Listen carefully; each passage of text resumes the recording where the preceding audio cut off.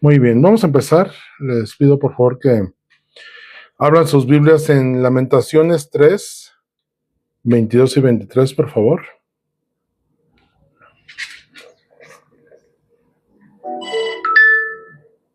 Lamentaciones 3, 22 y 23. ¿Dos? 2, no, 3, Lamentaciones 3. 22 y 23. Gracias. Dice la palabra de Dios: por la misericordia del Señor no hemos sido consumidos, porque nunca decayeron sus misericordias. Nuevas son cada mañana, grande es tu fidelidad. En la Nueva Traducción Viviente dice: el fiel amor del Señor nunca se acaba, sus misericordias jamás terminan. Grande es tu fidelidad, sus misericordias son nuevas cada mañana. Vamos a orar, por favor. Padre Celestial, te damos gracias por este tiempo. Te rogamos que tu presencia esté aquí, que tu Espíritu tome el control de todas las cosas. Gracias, Señor, porque tú tienes este tiempo en tus manos.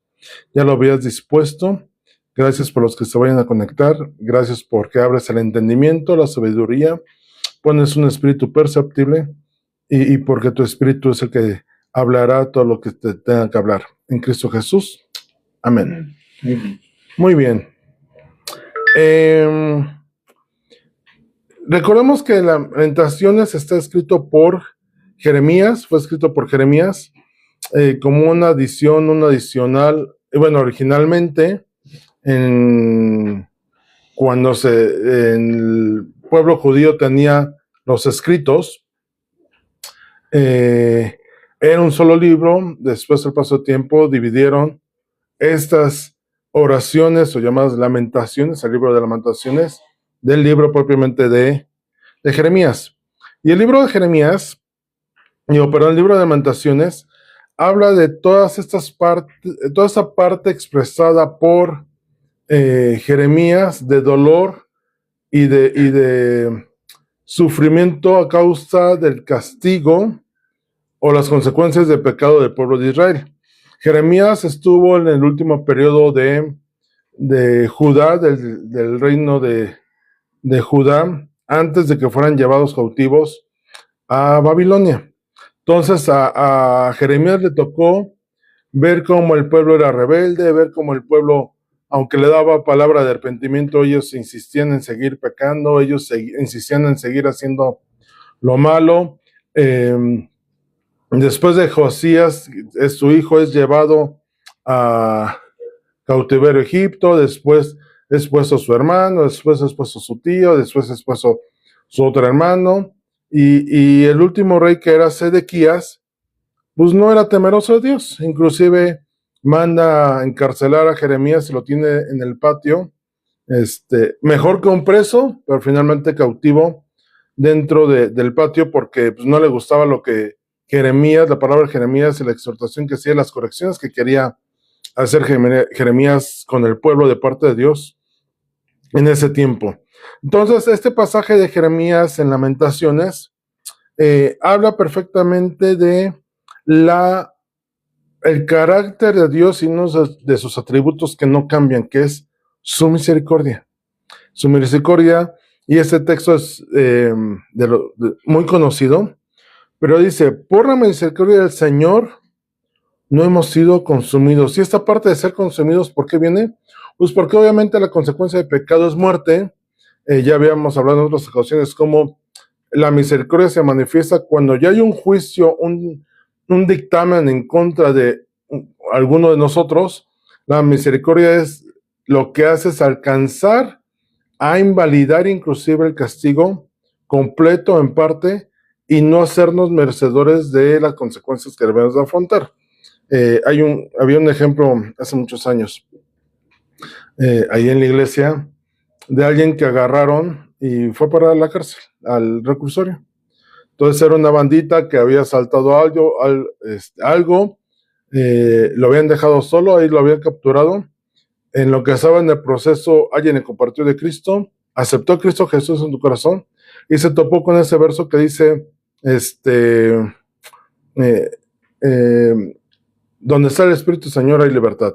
Y la verdad os hará libres. Esa palabra, la verdad os hará libres. Entonces, dentro del proceso, alguien le dijo, de los que le estaban compartiendo, bueno, pues di la verdad, ¿no? Pues ya estás en la cárcel, pues di la verdad. Oye, pero es que voy a echar de cabeza a mis compinches, ¿no? A los que robaron conmigo. Dijeron, pues tú es tu decisión, di la verdad. Y llega el juicio y da la verdad. Y cuando llega la sentencia, lo dejaron libre. ¿Por qué? Él ya tenía un dictamen de sentencia y recibió misericordia, literal. Entonces, así podemos entender la misericordia de Dios, como Jeremías entendía perfectamente que el pueblo merecía cautiverio, que el pueblo merecía destrucción, que el pueblo, si ustedes leen Jeremías, y lo hemos estado leyendo la semana, Dios le hablaba al pueblo y decía, viene destrucción sobre ti, las consecuencias de tu pecado, y el pueblo decía, no quiero hacer. Es más, había falsos profetas que profetizaban en contra de lo que Dios estaba diciendo. Dios dijo, van a ir al cautiverio y van a estar en cautiverio 70 años. Es más, cuando vayan al cautiverio, yo les recomiendo que allá se lleven bien con los que allá están, hagan amistad, se casen allá, tengan sus familias, oren por sus gobernantes, porque van a ir para allá, ¿no? Van a estar 70 años. Y los falsos profetas se levantan y dicen, no, las cosas que se llevaron las van a regresar, van a ser devueltas a Jerusalén. Entonces Jeremías decía, no, eso no es lo que dice Dios. Entonces, sobre todo eso habla Jeremías. Entonces, cuando Jeremías hace esta escritura de Lamentaciones en el cual dice, reconoce que por la gracia de Dios el pueblo no se ha destruido, aún Dios tenía misericordia, aún Dios iba a mostrar misericordia al ser llevados a Babilonia y allá ser prosperados. Dice la segunda parte, porque nunca decayeron sus misericordias, dice Jeremías. Nuevas son cada mañana, grande es tu fidelidad. Y ese grande es tu fidelidad no está hablando de Dios, le está hablando a Dios. Grande es tu fidelidad. 140 años antes, si vamos ahí por favor a Amós 7. 140 años antes, Amós, recordemos que el reino se había dividido, estaba la parte norte y la parte sur, que era el reino de Judá, y al norte el reino de Israel. 140 años antes, cuando fue la deportación de la parte norte, que fue llevado a cautivo por los asirios, existió un profeta que se llama Amós. Y Amós era un profeta que intercediera por el pueblo, que también estaba en intercesión como Jeremías, en este caso Jeremías en el reino del sur, Amós en el reino del norte. Y dice Amós en capítulo 7, versos 2 y 3, en mi visión las langostas se comieron todo lo verde que se veía. Entonces dije, oh Señor soberano, por favor, perdónanos o no sobreviviremos, porque Israel es tan pequeño. Así que el Señor se retractó de ese plan y dijo, no lo haré. Versos 5 y 6 dice, entonces dije, oh Señor soberano, por favor, detente o no sobreviviremos, porque Israel es tan pequeño.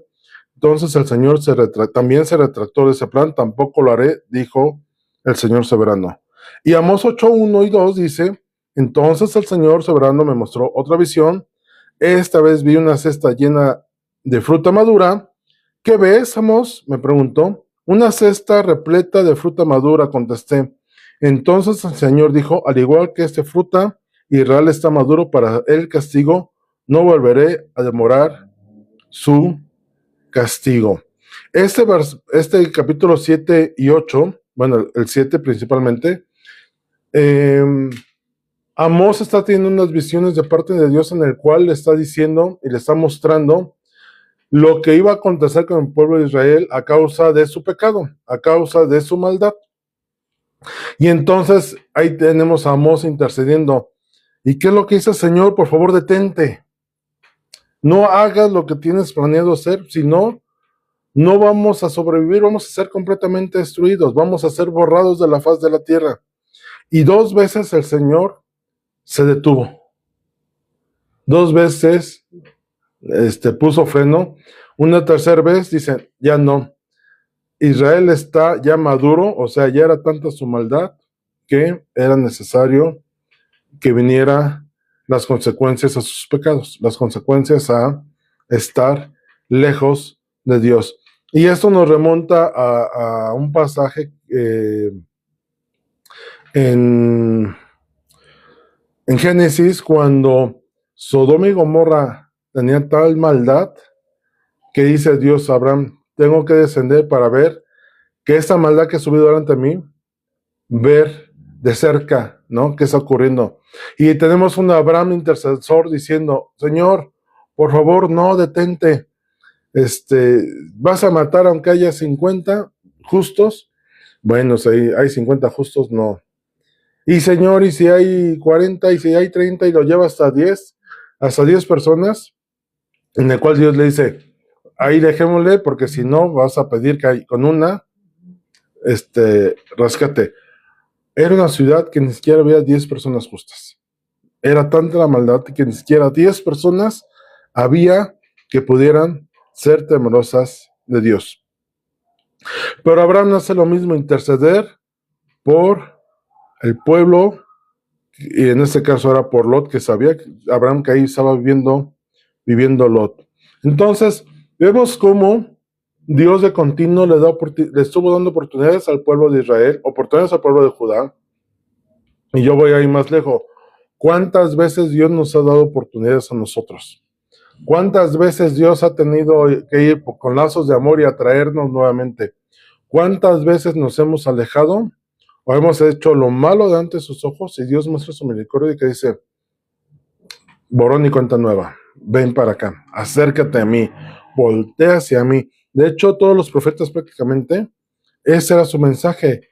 Confrontaban la maldad, les decían, están mal en esto, pero vuélvanse a Dios. Dios está delante de que se vuelvan a Él. Vemos en Amós 5:4, ahí dos capítulos o 3 capítulos atrás, siempre que Dios daba una palabra dura de confrontación en cuanto al pecado, en cuanto a la maldad, en cuanto a las personas haciendo lo malo, en cuanto a los que incitaban a otras personas a hacer lo malo, siempre Dios atacaba, el profeta atacaba esa disposición de parte de Dios, pero siempre había una palabra de misericordia, siempre había una palabra de una salida, una oportunidad de salir librados. En Amós 5:4 leemos esto. Pero así dice el Señor a la casa de Israel, buscadme y viviréis. Dentro de toda su maldad, volteen hacia mí. No pido mucho, nada más búsquenme. Imagínense a Dios poniéndonos en una posición. Todos jugamos alguna vez escondidillas, ¿no? ¿Y cuál era el chiste del juego? Hacerte invisible ante la otra persona para que no te capturara, ¿no? Para que no descubriera dónde estabas escondido. Entonces, todos jugamos esta parte en la cual algunos buscamos un lugar donde escondernos, absolutamente, que pasamos inadvertidos. Había otros que a lo mejor se escondían detrás de una cortina y tú decías, pues aunque te escondas detrás de la cortina te delata, ¿no? O te escondías atrás de algo y tus pies se alcanzaban a ver abajo, ¿no? O tu silueta en la sombra, no sé. Siempre nos tocó seguramente un lugar en el cual pues, la parte de podernos esconder de mejor manera no era posible. Bueno, Dios a propósito se ponía en una posición en la cual decía, no me escondo, aquí estoy. Recordemos cómo el padre del hijo pródigo dice el pasaje que todas las mañanas él se paraba y veía hacia el horizonte esperando a que su hijo volviera. No se escondía. Es más, cuando ve a su hijo venir, él es el que sale al encuentro de su hijo pródigo y dice, hijo, aquí estoy, qué bueno que regresaste. Y el hijo pródigo, ay papá, es que reconozco que he pecado, ni lo deja terminar de hablar. El padre recibe al hijo con toda la disposición, y es algo semejante a lo que aquí Amós describe de parte de Dios. Dice el Señor a la casa de Israel, buscadme y viviréis. Vengan a mí y los haré vivir. Ahí 2 versículos después, el verso 6 dice, buscad a Jehová y vivid, no sea que cometa como fuego a la casa de José y la consuma, sin haber en Betel quien lo apague. Primero en el versículo 4, Dios estaba hablando. En el verso 6, el mismo profeta Amós les está diciendo, busquen al Señor. O sea, ya les está abriendo la posibilidad, les está abriendo la puerta. Como Moisés en Deuteronomio, cuando les dije, aquí están las bendiciones y las maldiciones y las consecuencias. Yo espero que escojan la vida. Tienen la otra opción, pero yo espero que sean sabios y escojan la vida. Y ahí adelante en Amós 5, 14 y 15 dice, buscad lo bueno y no lo malo, para que viváis, porque así el Señor Dios de los ejércitos estará con vosotros como decís. Aborreced el mal y amad el bien, y estableced la justicia en juicio. Quizá Jehová Dios de los ejércitos tendrá piedad del remanente de José. Nuevamente Amós incitando a las personas, hagan lo bueno, busquen lo bueno, no busquen lo malo, hagan lo correcto y les dice, aborrecer el mal, es más, no dejen de hacerlo, inclusive aborrezcanlo, desprecienlo, pónganse así de escudo de no quiero, dice, y amen el bien. Entonces, Dios siempre está buscando que nosotros voltemos hacia Él y le busquemos, porque seguramente le encontraremos. Porque Él está dispuesto a limpiar nuestros pecados, a limpiar todo lo que hayamos hecho, a romper las ataduras que podemos tener para darnos vida. Vamos a Jonás 3, por favor.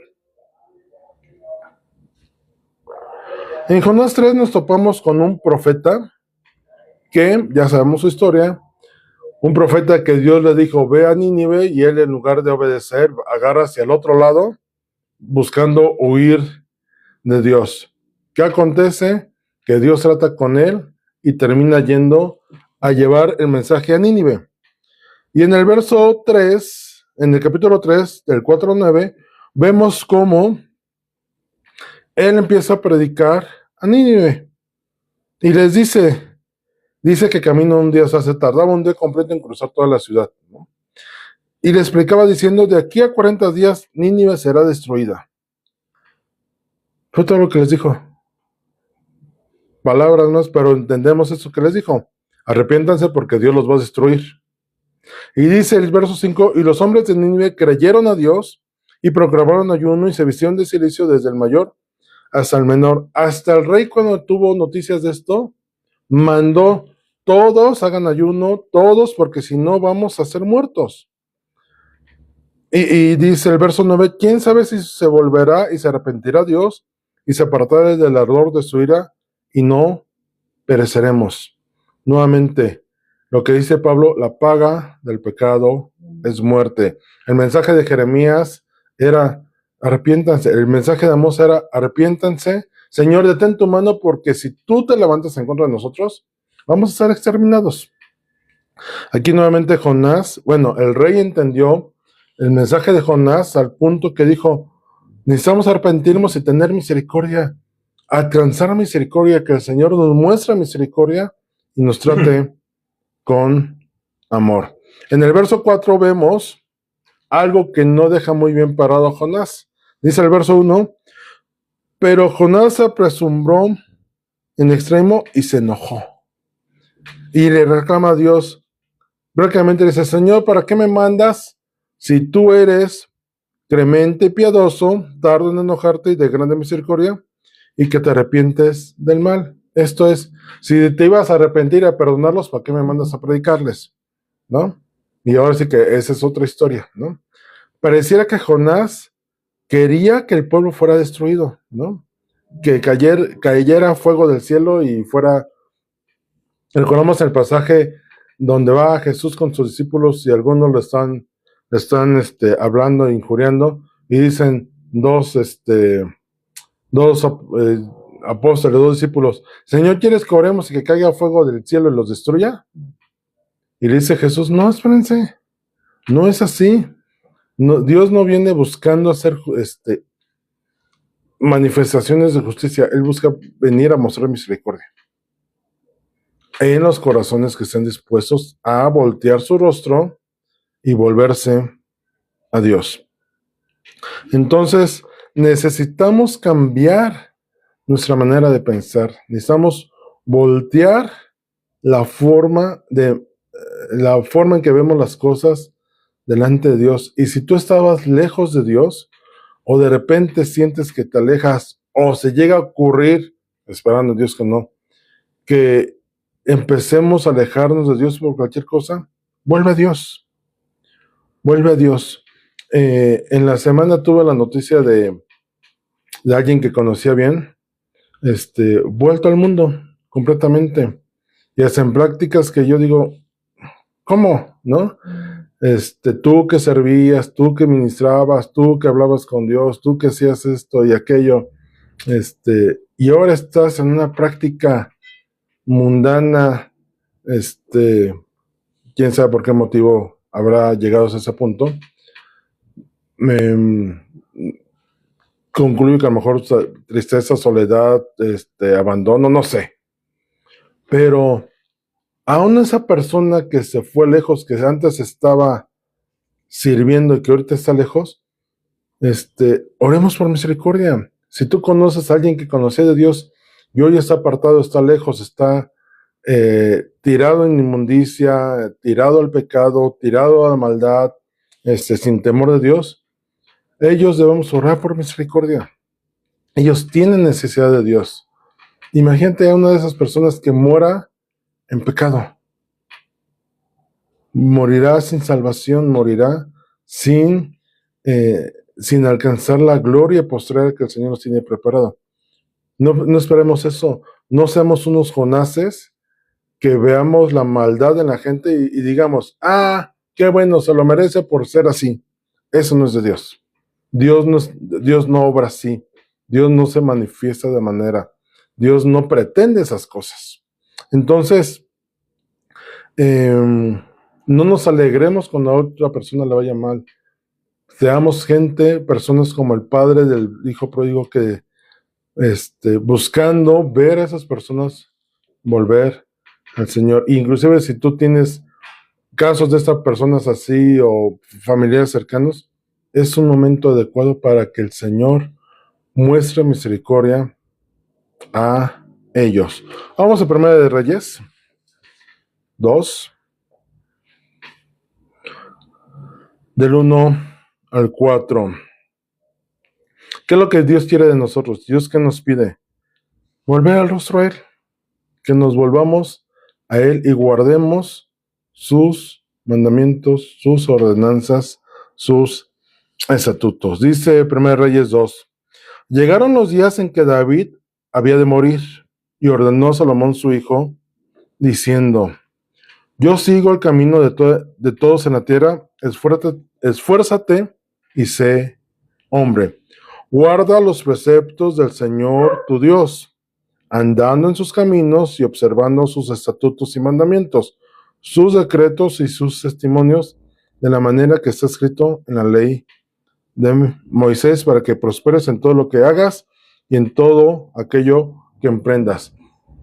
Desde la ley mosaica, desde que Moisés recibió las tablas de la ley y se las impartió al pueblo de Israel, invirtió muchos años de vida instruyendo al pueblo de Israel y diciéndoles, eso es así, eso es así, esto es acá, esto no se hace, esto sí se hace.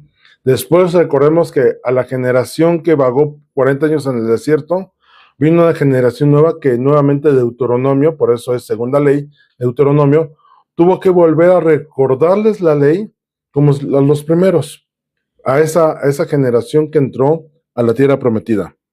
Y desde el principio Dios establecía esto: obedézcanme para que yo traiga bendición sobre ustedes, ustedes sean mi pueblo y yo sea su Dios. Dios al día de hoy lo único que quiere de nosotros es obediencia, una obediencia que nos beneficia, que nos conviene, que nos da vida.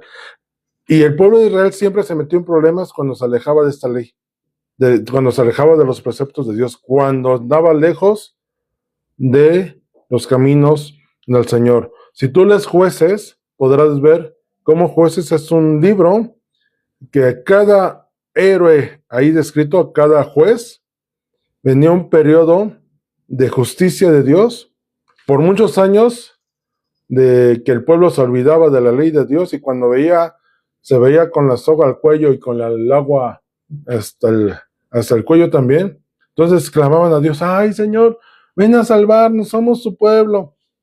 Y ahí venía Dios mandando un juez. Se reivindicaban y otra vez. ¿Ves la vida del pueblo de Israel en los reyes descendientes de David? Bueno, malo, bueno, bueno, malo, malo, malo, bueno, malo, bueno, malo. Y así se la vivían.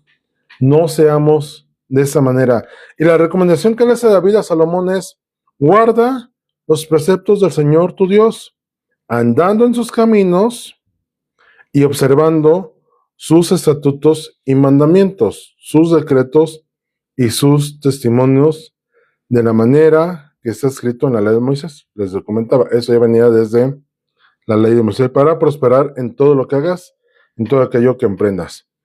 Para que confirme el Señor la palabra que me habló diciendo: si tus hijos guardaran mi camino, andando delante de mí con verdad, de todo su corazón, de toda su alma, jamás, dice el Señor, faltará a ti varón en el trono de Israel.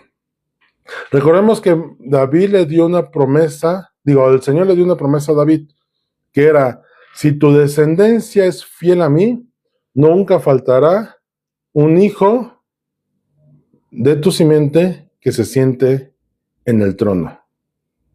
Esa era la promesa. Y esa promesa que Dios le hizo a David, David se la recordó a Salomón aquí.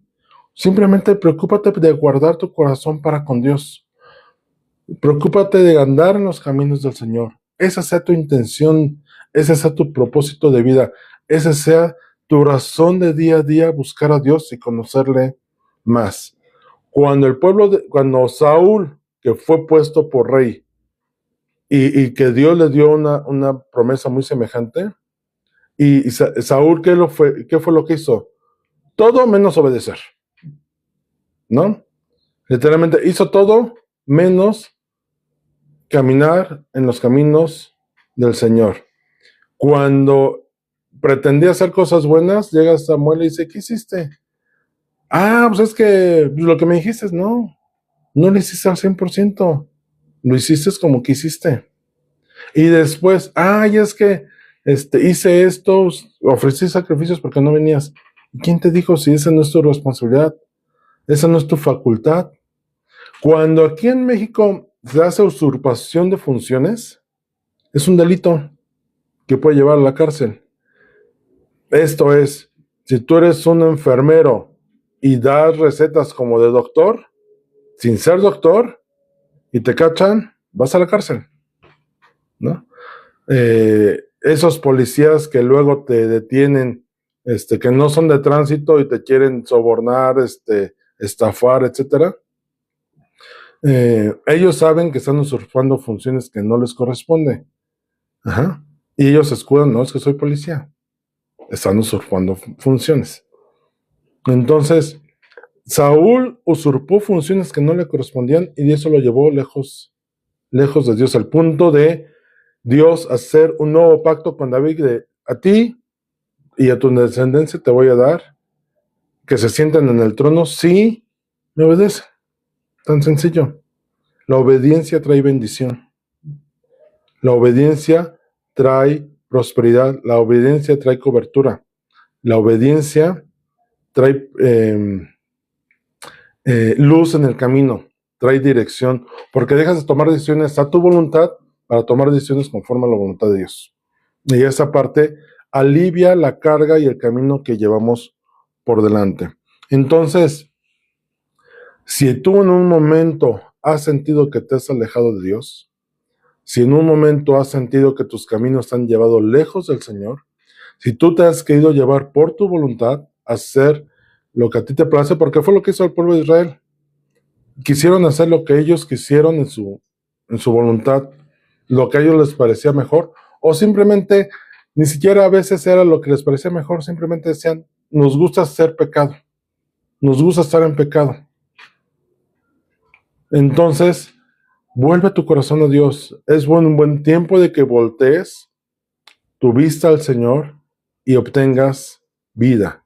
Tengas vida y no nos expongamos a ser destruidos o consumidos por la misericordia de Dios. Podemos alcanzar esta vida.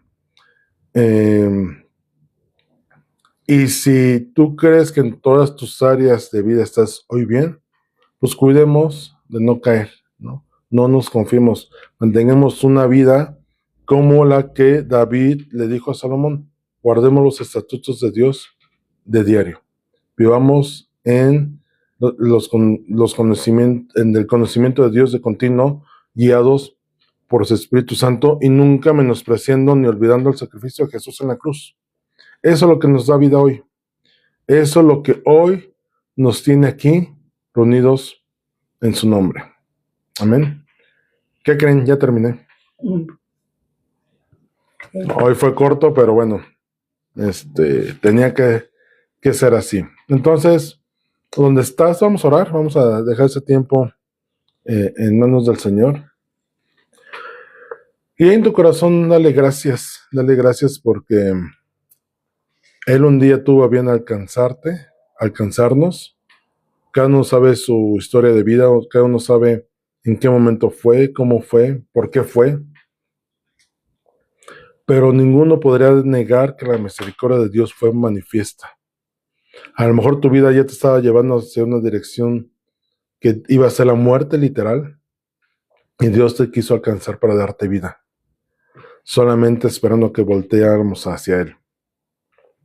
Padre, en este momento te agradecemos enormemente en que un día nos hayas alcanzado para darnos vida. Perdónanos, Señor, cuando hemos sido rebeldes, cuando hemos sido desobedientes, cuando hemos querido hacer nuestra voluntad, creernos sabios en nuestra propia opinión, satisfacer los deseos de nuestra carne, darle vuelo a nuestros deseos, pasiones y pensamientos desordenados, lejos de ti, oh Dios. Gracias porque tú has tenido bien rescatarnos y mostrarnos misericordia. Como decíamos, te buscamos y vivimos, porque tú estabas dispuesto a recibirnos. Gracias, Dios, por esta misericordia infinita, incomparable, que se renueva día tras día. Y esta idea de que se renueva día tras día es que nunca tiene fin, no tiene, nunca se agota, nunca se acaba, no tiene terminación. Día tras día es nueva tu misericordia, y si la podríamos medir, es infinita. Señor, perdónanos cuando hemos sido rebeldes delante de ti. Nos arrepentimos de nuestros caminos y decisiones pecaminosas apartadas de ti, y cambiamos de rumbo para caminar conforme tú quieres. Señor, no permitas que nuestras vidas se aparten de ti y seamos como el pueblo de Israel, que estuvo retando a probar tu misericordia. Decía Pablo, pecaremos para que la gracia sobreabunde en ninguna manera. Señor, guárdanos de hacer eso en nuestros corazones, de ver hasta dónde tú llegas en tu misericordia y tu gracia. Señor, ayúdanos a caminar en ti. Espíritu Santo, guíanos a toda verdad, y que la vida de nuestro Señor Jesucristo sea puesta en nuestras vidas para que nuestro Padre sea glorificado. Gracias, Dios, por todo esto en Cristo Jesús. Amén. Y amén.